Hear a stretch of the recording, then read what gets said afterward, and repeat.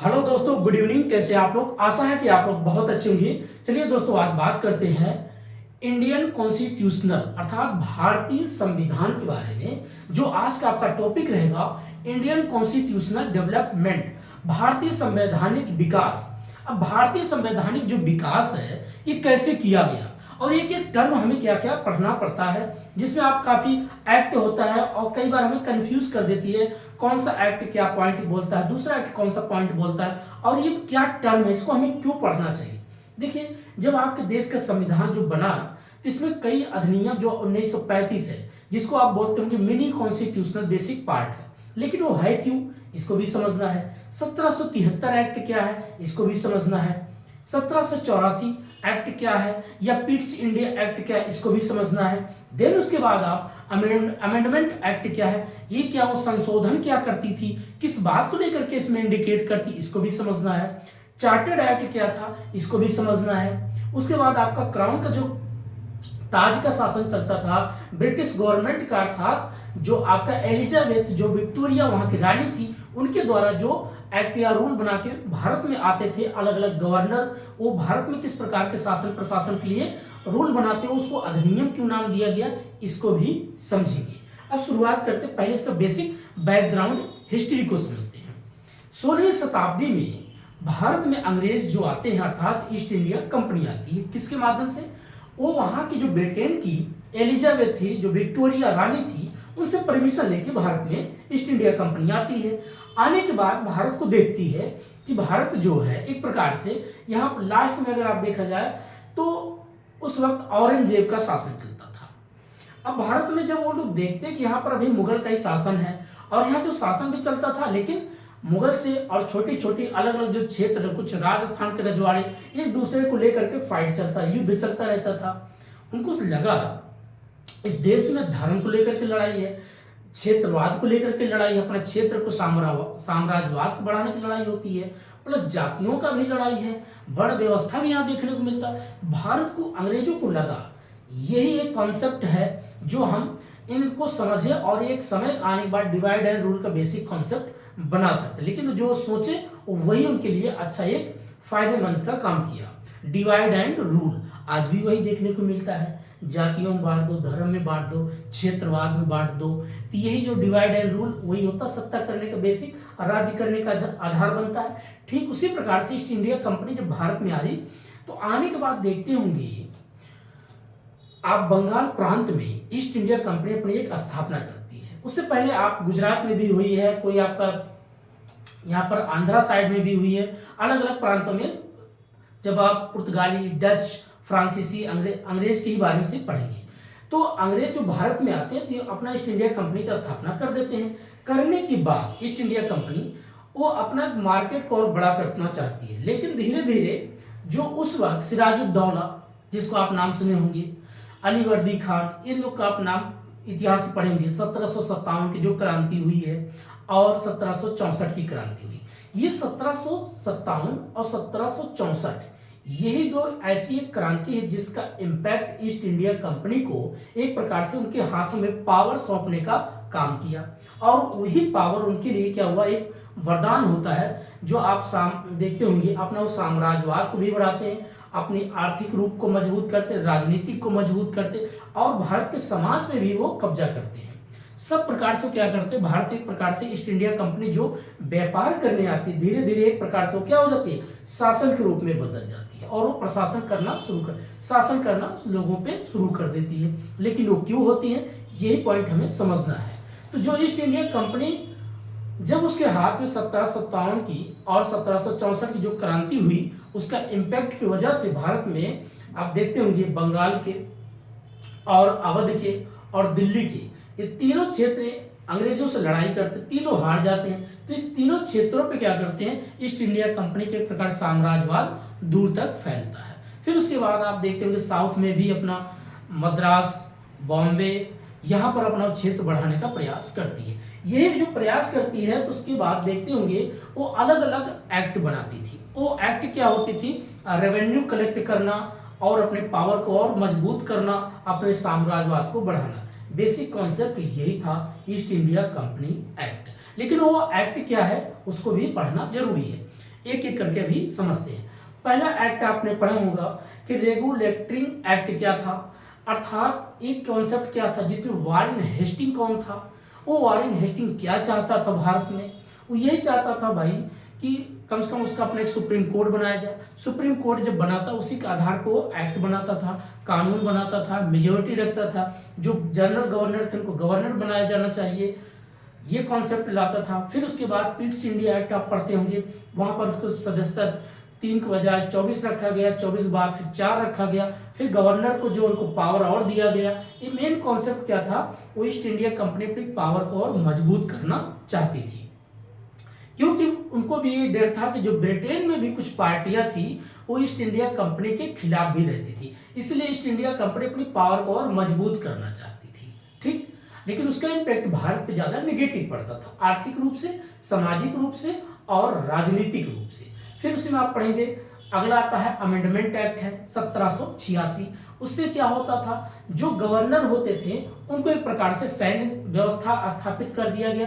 आप सैनिक को भी देखोगे तो उनको और पावर को बढ़ा दिया जाता था। जैसे कोई व्यक्ति मान लीजिए कल होमगार्ड है और अगले दिन उसको एक बार एसपी बनाओ, डीएसपी बनाओ, फिर कमिश्नर बनाओ, तो अगर आप उसको आप बढ़ाते तो उसको पावर और मिलता जाएगा ना। जितना उसके हाथ में पावर आएगा वो उतने वो क्या करेगा, शासन प्रशासन उसके हाथ में ज्यादा होगा तो अपने क्षेत्र को ज्यादा मजबूत करेगा। यही काम था ईस्ट इंडिया कंपनी का, लेकिन मेन मोटिव उसको पैसा भी कलेक्ट करना था।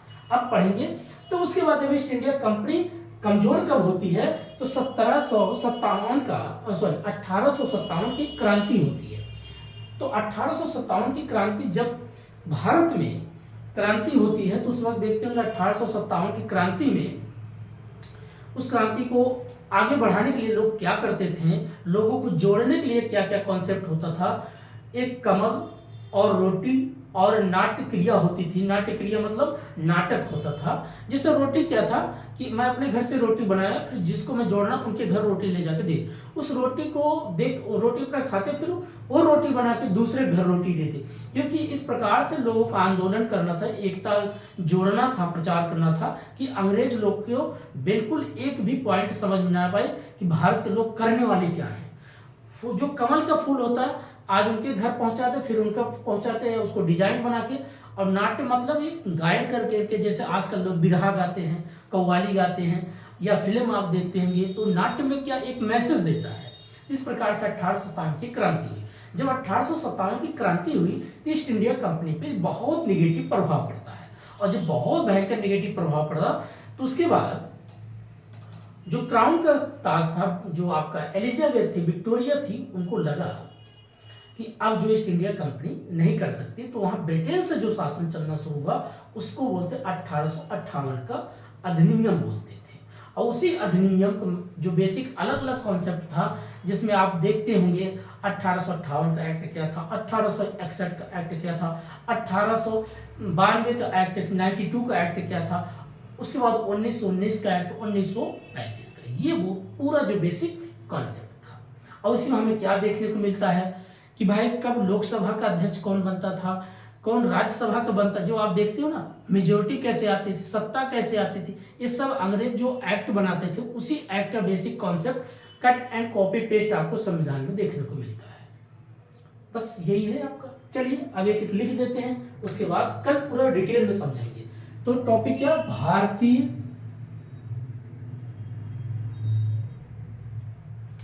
संवैधानिक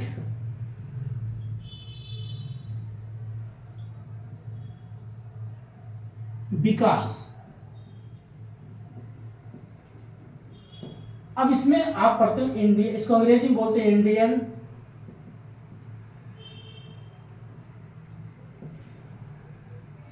ट्यूशन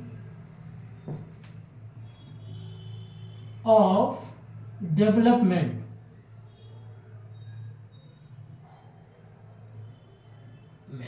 ठीक, अब इसमें हमें क्या क्या पढ़ना है, एक एक करके दो भागों में इसको हम डिवाइड करते हैं। पहला ये जो था आपका, जो शुरुआत में बोला कि 16वीं शताब्दी से इनका कॉन्सेप्ट बनता है ब्रिटिश गवर्नमेंट अर्थात अंग्रेजों का, जिसमें 1757 का क्रांति, इसको कूटनीति की क्रांति बोलते हैं। दूसरे, क्योंकि एक व्यक्ति था भारत में, देखिए हर जगह कोई न कोई होता, सबको लालच होती है। और कहते हैं आपको पूरा इतिहास क्यों पढ़ना चाहिए, आप रामायण पढ़ते हैं, लोग क्यों कहते हैं आज तक कोई अपने बच्चे का नाम क्या बोलते हैं, लंका ढाई जिसको विभीषण, विभीषण का नाम ही कोई नहीं रखता। उनको पता है कि इसका असर पड़ता है, घर तोड़न है, तो घर की भेदी लंका ढाई।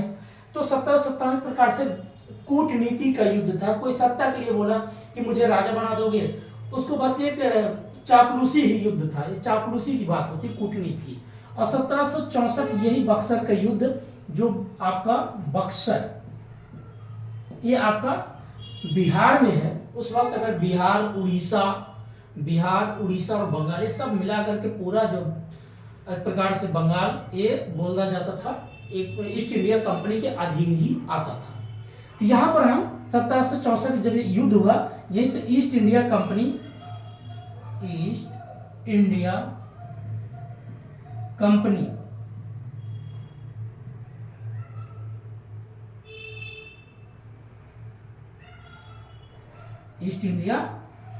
कंपनी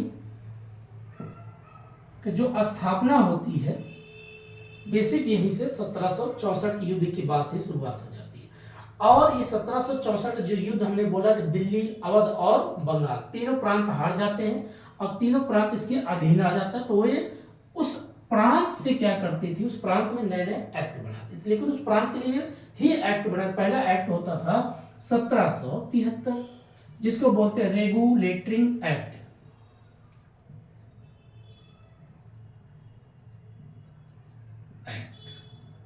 इसमें आपको वारेन हेस्टिंग का पहले जो जनरल गवर्नर थे उन्होंने इस कॉन्सेप्ट को दिया, बनाया। क्यों बनाया भाई, पैसा कैसे कलेक्ट करना, राजनीति कैसे मजबूत करना, सुप्रीम कोर्ट की स्थापना करना। तो सुप्रीम कोर्ट आप देखो 1700 कभी काले आपका फैक्चुअल क्वेश्चन पूछा 74 में ही सुप्रीम कोर्ट की स्थापना होती है।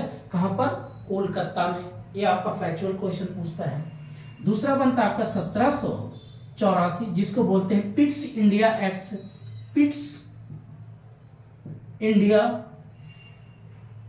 एक्ट ये क्या था, इसमें जो आपका कोर्ट ऑफ डायरेक्टर थे, एक प्रकार से कोर्ट ऑफ डायरेक्टर, यहां पर क्या हुआ, एक प्रकार डायरेक्टर मतलब क्या किया गया, इसमें सदस्यता 24 सदस्य जो होते थे, सदस्य ये बोला गया कि एक तरफ जो जनरल गवर्नर भी रहेंगे और प्लस उसमें कुछ सदस्य लोग रहेंगे। लेकिन यहाँ पर गवर्नर को ज्यादातर पावर नहीं दिया जाता था। बाद में यहाँ पर की सदस्यता और बढ़ाई गई। तो जो सदस्यता बढ़ाने के लिए क्या किया गया, जो पहले कभी 4 था तो उसको 3 कर दिया गया, जिसमें सबसे ज्यादा पावर किसको दिया गया, गवर्नर को दिया गया। तो ये आपका बेसिक कॉन्सेप्ट यही कहता था पिट्स इंडिया एक्ट। यहाँ पर एक प्रकार से मेजोरिटी की बात करती है। अगर मेजोरिटी की बात देखें ध्यान से, यहाँ पर छुपा होता है आपके संविधान में मेजोरिटी की ही बात होती है, जिसकी मेजोरिटी होती है उसी का सत्ता होता है। ये पॉइंट आपको देखने को मिलता है पिट्स इंडिया एक्ट में। उसके बाद आपका अगला आता है 1786। 1786 को बोलते हैं अमेंडमेंट एक्ट। अमेंडमेंट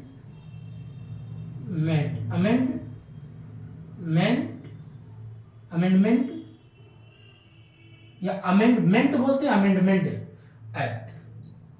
ठीक, एक प्रकार से संशोधन की बात करता था।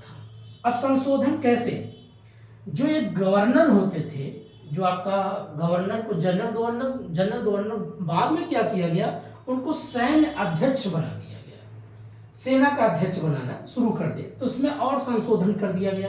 क्यों संशोधन करना, कि भाई अब गवर्नर जो है आपका मद्रास, जो आजकल देखते होंगे मद्रास एक पूरा तमिल वगैरह, तमिलनाडु और उसके बाद कर्नाटक के पूरे एरिया को मद्रास बोलते थे।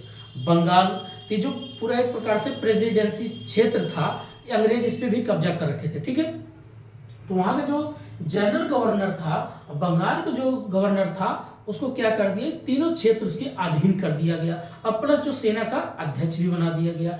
ये उनका संशोधन करने का बेसिक आधार बनता था। देन उसके बाद अगला एक्ट आप पढ़ते होंगे, ये 3 हो गया। उसके बाद अगला पढ़ोगे आप चार्टर एक्ट।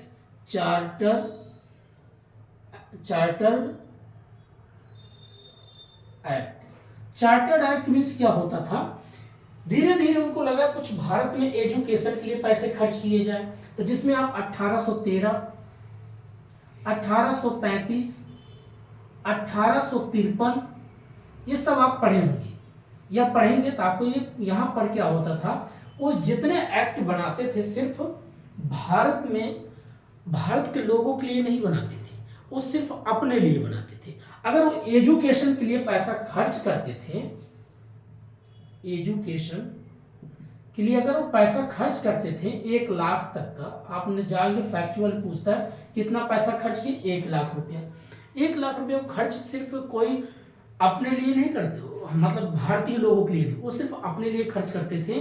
क्योंकि यहाँ पर इंग्लिश मीडियम जो पढ़ाएंगे तो जो व्यक्ति पढ़ेगा तो हम, क्योंकि उनको भाषा जो होती है हिंदी से और इंग्लिश में उनको कम्युनिकेशन करने में बहुत दिक्कत होती थी, तो उनको लगा यहाँ के लोग अगर पढ़ेंगे तो हमारे लिए काम करेंगे, और हमारे लिए जब काम करेंगे तो और बढ़िया रहेगा, हमारे और एक मानसिक रूप से गुलाम बनेंगे। तो ये भी एक कॉन्सेप्ट उनका था।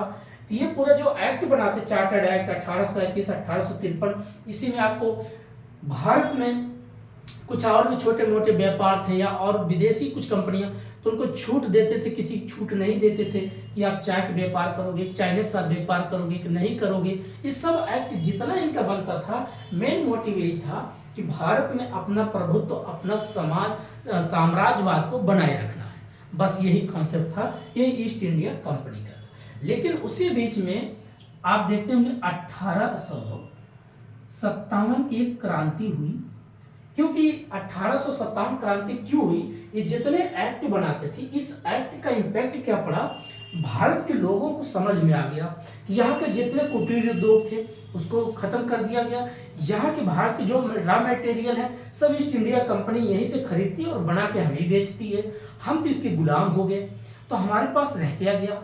और एजुकेशन जो बनाते हैं वो हमारे लिए नहीं, वो अपने लिए बनाते हैं। यहाँ के लोग पढ़े तो उसी के अकॉर्डिंग काम कर रहे हैं, गुलाम बने हुए हैं। तो यहाँ के लोगों को लगा, जो अलग अलग प्रांत के जो रजवाड़े थे उनको भी लगा कि अगर धीरे धीरे हमारे रजवाड़े, जैसे आप झांसी के लक्ष्मीबाई की बात सुने होंगे, कुंवर सिंह बिहार की बात सुने होंगे, तो अलग अलग तात्या टोपे, नाना साहब, ये लोग कौन है, इतिहास में क्यों पढ़ाया जाता था। कोई कानपुर से है तो कोई बंगाल से है, कोई पता चला बिहार से, कोई आपका आजमगढ़ से, कोई आपका झांसी से। ये जितने लोग अलग अलग रजवाड़े थे, इन लोगों को लगा कि अंग्रेज को अगर हराना तो यहाँ के लोगों को इकट्ठा करना होगा। तो इकट्ठा करने के लिए क्या होता है, यहाँ के जो जागरूक लोग होते थे, एक आंदोलन इकट्ठा करने के लिए, आंदोलन करने के लिए, लोगों में इकट्ठा जागरूकता करने के लिए क्या किया गया, 1857 की क्रांति का एक नींव रखा गया। इसका डेट याद नहीं है दोस्तों एग्जैक्टली, या 30 मई से कुछ रखा गया कि इसी दिन हम लोग क्या करेंगे, पूरा आंदोलन करेंगे। तो ये जो 1857 की क्रांति इसीलिए रखा गया कि अब ईस्ट इंडिया कंपनी को भगाना है, अंग्रेजों को भगाओ। पहला आंदोलन का बिगुल वहीं बजाया जाता है, जिसमें आप पढ़ेंगे मंगल पांडे के कहानी, जिसमें आप काफी इतिहास में कि भाई कारतूस का लेकर के उसमें विद्रोह हुआ। लेकिन ऐसा नहीं है, यहाँ के सभी जितने मजदूर वर्ग थे, किसान वर्ग थे, इन लोगों का इतिहास में नाम पढ़ने में कभी नाम नहीं आता, कुछ ही लोग का नाम आता है, बड़े बड़े रजवाड़ों को, गरीबों को कौन पूछता है। आइए चलिए बात करते हैं। तो 1857 की जब क्रांति हुई, ईस्ट इंडिया कंपनी काफी बहुत ज्यादा लॉस में जाती है और बहुत कुछ चीजें वो एक प्रकार से घाटे में चली जाती है। और जब यहाँ से ये ईस्ट इंडिया कंपनी के लोग ब्रिटेन में भी जाते थे, तो ब्रिटेन के लोग इनको थोड़ा सा हे दृष्टि से देखते थे, और एक प्रकार से यहाँ तो पहले हार चुके हैं, वहां भी इनको सम्मान नहीं मिलती थी। तो जो वहाँ का ब्रिटेन का जो गवर्नमेंट होती थी, एलिजाबेथ थी, जो वहाँ की विक्टोरिया जो महारानी थी, उनको लगा अब ईस्ट इंडिया कंपनी को छोड़ो, इसके बस के कुछ नहीं है। अब शासन प्रशासन, क्योंकि भाई जो ब्रिटेन पूरे देश में कब्जा कर रखा, अपना एक साम्राज्यवाद को बढ़ा रखा है, वो कैसे चाहता कि मेरा जो महत्व या आकांक्षा, उपेक्षा कैसे कम हो जाए और बड़ा करना है। तो यहाँ से जो आपका 1857 की क्रांति का इम्पैक्ट पड़ता है, तो ब्रिटेन में जो क्या होता है, वहां पर क्राउन का जो एक शासन होता है, एडमिनिस्ट्रेटिव होता है, मतलब प्रशासनिक सिस्टम जो बोलता है ब्रिटेन का, ब्रिटिश गवर्नमेंट, यहां से इनका कॉन्सेप्ट बनना शुरू होता है। तो यहां से जो एक्ट बनते, ब्रिटेन से जो एक्ट बनना शुरू हुआ, उसी को बोलते थे अधिनियम।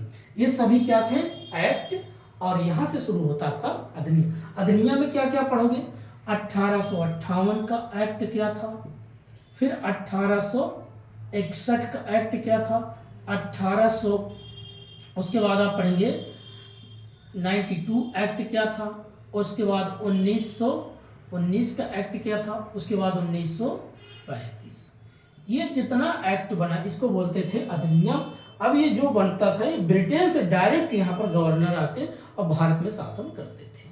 इसी के लिए 1858, 1861, 1892, 1919, 1935 इसमें सबसे ज्यादा दिए, दोनों ज्यादा महत्व रखते थे।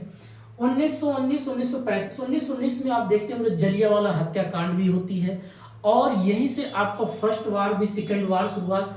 फर्स्ट वार तो आपका 1400 और 1418 तक चलता है, सॉरी आपका 1914 से और 1918, फिर 1919 से लेकर के आपका 1945, फिर 1945 फर्स्ट वार, फिर उसके बाद सेकेंड वार आपका 1939 से लेकर के 1945 ये चलता। सेकेंड वार, ये फर्स्ट वार, फिर 1945 से 1990-91 तक आपका कोल्ड वार चलता है। ये पूरा आपको इतिहास पढ़ना चाहिए, देखना चाहिए। तो यहाँ से क्या हुआ, ये जो आपका ब्रिटेन का पूरा शासन चला, ये शासन का मेन मकसद था कि यहाँ से अलग अलग गवर्नर आते और रूल बनाते। यहाँ क्या रूल बनाते, कभी सती प्रथा के लिए कानून बनाते, कभी यहाँ पर जनगणना के लिए कानून बनाते, कभी काल यहाँ पर किसानों के आंदोलन जो होते उनके खिलाफ कानून बना देते। तो डायरेक्ट ब्रिटेन से कानून बन के वहां से शासन चलता था। लेकिन जो 1919 और 1935 के इसको मिनी कॉन्स्टिट्यूशनल संविधान अर्थात एक मिनी कॉन्स्टिट्यूशन इसलिए बोला जाता है, इसमें आपको पार्लियामेंट्री सिस्टम देखने को मिलेगा।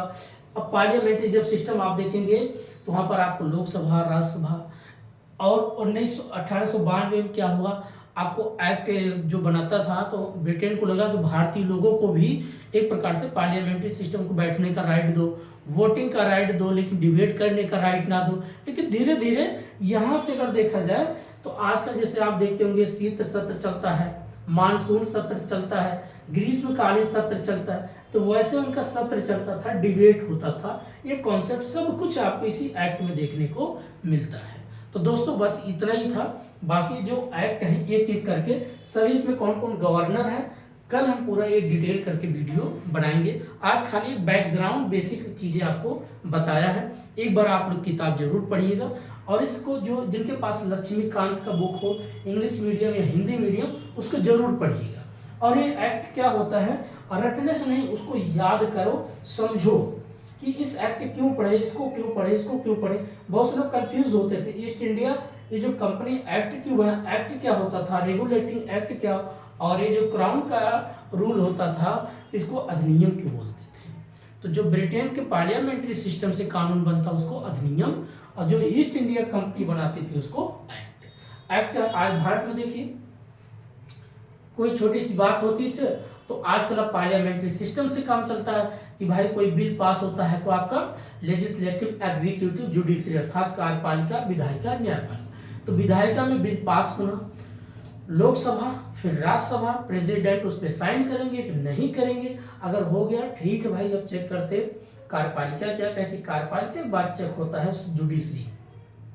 जुडिशरी अर्थात न्यायपालिका उसको व्याख्या करेगा, सही होगा तो इम्प्लीमेंट हो, गलत होगा तो रिजेक्ट होगा। ये सारा पूरा प्रोसेस होता है। ये सब कुछ हमको यहीं से संवैधानिक विकास देखने को मिलता है। दोस्तों आज इतना ही है, बाकी कल पूरा जो डिटेल में एक एक करके एक एक अधिनियम को और एक एक करके समझाएंगे।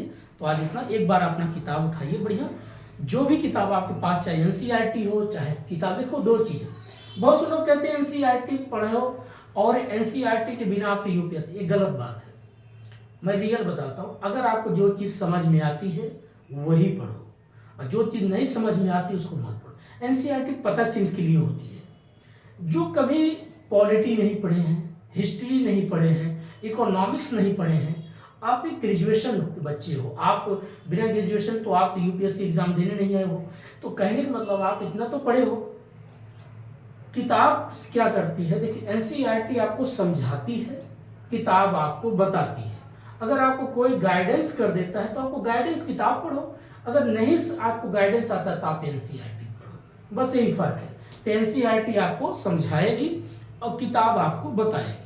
तो दोस्तों यही है, और तैयारी करने का जो बढ़िया मौसम है, ये जो ठंडा काल बढ़िया चल रहा है, शीत सत्र, तो इसमें आप बढ़िया तैयारी कर सकते हैं। कंबल ओढ़िए, बस फर्स्ट क्लास, कॉफ़ी वॉफ़ी बनाओ बैठ के, और रोज़ कम से कम 5 पेज पढ़ो। पढ़ने के बाद उसको सोचो मैंने क्या क्या पढ़ा, मेमोराइज करो। ऐसे अपनी याददाश्त भी बढ़ती है, प्लस आपके मेमोराइज करने से चीज़ें और ज़्यादा एडॉप्ट होती है। एडॉप्ट मतलब गोद लेना नहीं, मतलब शब्दों को आप अच्छे से समझ सकते हो, याद कर सकते हो। ये नहीं कि ज़्यादा पढ़ लो, अब ज़्यादा पढ़ लोगे तो कन्फ्यूज़न ज़्यादा क्रिएट करेगा। इसलिए जितना पढ़ो उसको अच्छे से समझो, उसको कहानी के तरीके से पढ़ो। एक जैसे स्टोरी टेलर होते हैं, कहानियाँ कैसे बनाया जाता है वैसे पढ़ो। इस कड़ी के बाद क्या आएगा, इस कड़ी के बाद कौन सा आएगा, इसके बाद कौन सा टर्म आएगा, ऐसे पढ़ो। अगर ऐसा ना हुआ होता तो कैसा होता, यही आपको मेंस में काफ़ी फायदा करता दोस्तों। मेंस के एक बार मैं जाते जाते आपसे बात करता हूँ, कोई भी किताब हो मेरे पास, तो मैं पहले जब देखिए मेरे पास काफ़ी किताबें हैं, मैंने भी लिया था प्रैक्टिस सेट बुक्स। तो आप जिनका हिंदी मीडियम इंग्लिश मीडियम, ये तो मैंने किताब लाया था दोस्तों, ये दृष्टि की बुक है, इंग्लिश मीडियम मार्केट से लाया था। तो आप कहीं से मिले ही, हिंदी मीडियम भाई पढ़ने वालों के लिए मैं एक चीज़ कहूँगा, जो कहते हैं सिलेक्शन, वास्तव में हिंदी मीडियम सिलेक्शन होती है बट बहुत कम होती। क्यों? कारण आपको हिंदी में क्या होती है ना, चीज़ें जो आप लिखते हैं आपको बहुत उसमें मात्रा देखना पड़ना, पूर्ण विराम देखना, अल्प विराम देखना। अगर इतनी अच्छी आपकी हिंदी है तो आप हिंदी में तैयार, मैं तो कहता हूँ इंग्लिश में तैयारी करो, क्योंकि आपका एक पेपर आपको इंग्लिश में ही आपको मेंस में लिखना पड़ता है, जो क्वालिफाई पेपर होता है 300 नंबर का। अगर आप वो भी फेल कर गए तो आपका मेंस का कॉपी चेक नहीं होता दोस्तों। इसीलिए आपको मेंस को देखना है तो इंग्लिश मीडियम में तैयारी करो, समय लगता है। अगर इंग्लिश मीडियम कहीं क्लास मिलती है तो उसकी तैयारी करो। हिंदी में मैं तो कभी नहीं सपोर्ट करता, भले मैं हिंदी में बात कर समझाने के लिए बोल सकता हूँ, बट इंग्लिश में सब कुछ इंग्लिश में क्यों लिखता हूँ। मैंने कभी भी हिंदी में तैयारी, मुझे हिंदी ठीक नहीं, हिंदी बोलचाल के लिए ठीक है। ये जो आजकल कोचिंग खोल के बैठे ना हिंदी बेल्ट वाले, कहता है हिंदी क्यों नहीं हिंदी, अरे उनके बच्चे खुद देखोगे ब्रिटेन में पढ़ेंगे, लंदन पढ़ेंगे, इंग्लिश मीडियम पढ़ेंगे और यहाँ के लोगों को गुमराह करेंगे। हिंदी में सिर्फ बातचीत के लिए सही है, रोजी रोटी के लिए ठीक नहीं है। कौन सा कंप्यूटर में आपका हिंदी काम हो रहा भाई, सब प्राइवेट जितने सब इंग्लिश मीडियम में काम हो रहा, तो आपको इंग्लिश में ही फोकस करो। इंग्लिश में जितना कंटेंट मिल जाएगा आपको हिंदी में नहीं मिलेगा। हिंदी में अलग अलग भाषा है, अलग अलग क्षेत्र, कोई अवधि में लिखा है तो आपको समझ में नहीं आएगा, कोई ब्रज में लिख देगा समझ में, लेकिन इंग्लिश में कम से कम कंटेंट तो समझ में आएगा। इसलिए मैं कहता हूँ इंग्लिश में पढ़ाई करना बहुत ज़रूरी है, और इंग्लिश के ही माध्यम के जो बच्चे होते हैं उनका इंटरव्यू अच्छा शानदार होता है, उनके लेखन शैली भी अच्छी होती है, कंटेंट भी। आप जब CSAT की तैयारी करते हो तो CSAT जो कंप्रीहेंशन होता है, हिंदी का पढ़ के कन्फ्यूज़ हो जाओगे, इंग्लिश में पढ़ के तो कुछ तो समझ में आएगा। तो इस वक्त CSAT की भी तैयारी करो, प्लस रोज़ 2 मेंस क्वेश्चन लिखने का प्रयास करो। अब मेंस क्वेश्चन कैसे लिखा जाता है, अब इसी के ऊपर आपका दे देगा कि आपको कुछ भी दे देगा कि भारतीय संविधान के बारे में आप क्या समझते हैं, या भारतीय संवैधानिक विकास के बारे में आप क्या समझते हैं, उसके बेसिक आधार के बारे में आप लिखिए, या कोई भी कह सकता आप लिखो। तो आप क्या करोगे, यही तो सब कुछ आपको लिखना पड़ेगा, एक एक पॉइंट। तो इसको कुछ मेमोराइज करना पड़ेगा, याद भी करना पड़ेगा, तो बार बार प्रैक्टिस करते रहना चाहिए। अगर कोई ग्रुप आपके साथ बैठ कर तैयारी करने वाले हैं तो करो, और ग्रुप अगर ना मिले तो उनके साथ छोड़ो। कोई किसी तैयारी नहीं करवाता, सब टाइम पास करते हैं। आप खुद से अपनी तैयारी करो, जितना क्लास से पढ़ो उसको 2 बार पढ़ो, 3 बार रीडिंग करो, प्रैक्टिस खूब करो दोस्तों। ठीक है, तो आज इतना ही, काफ़ी बातें हुई, और पढ़ाई करते रहिए, मस्त रहिए। फिर कल मिलते हैं, तब तक के लिए नमस्कार, जय हिंद, और अपना ध्यान रखिए, मस्त पढ़ाई करिए।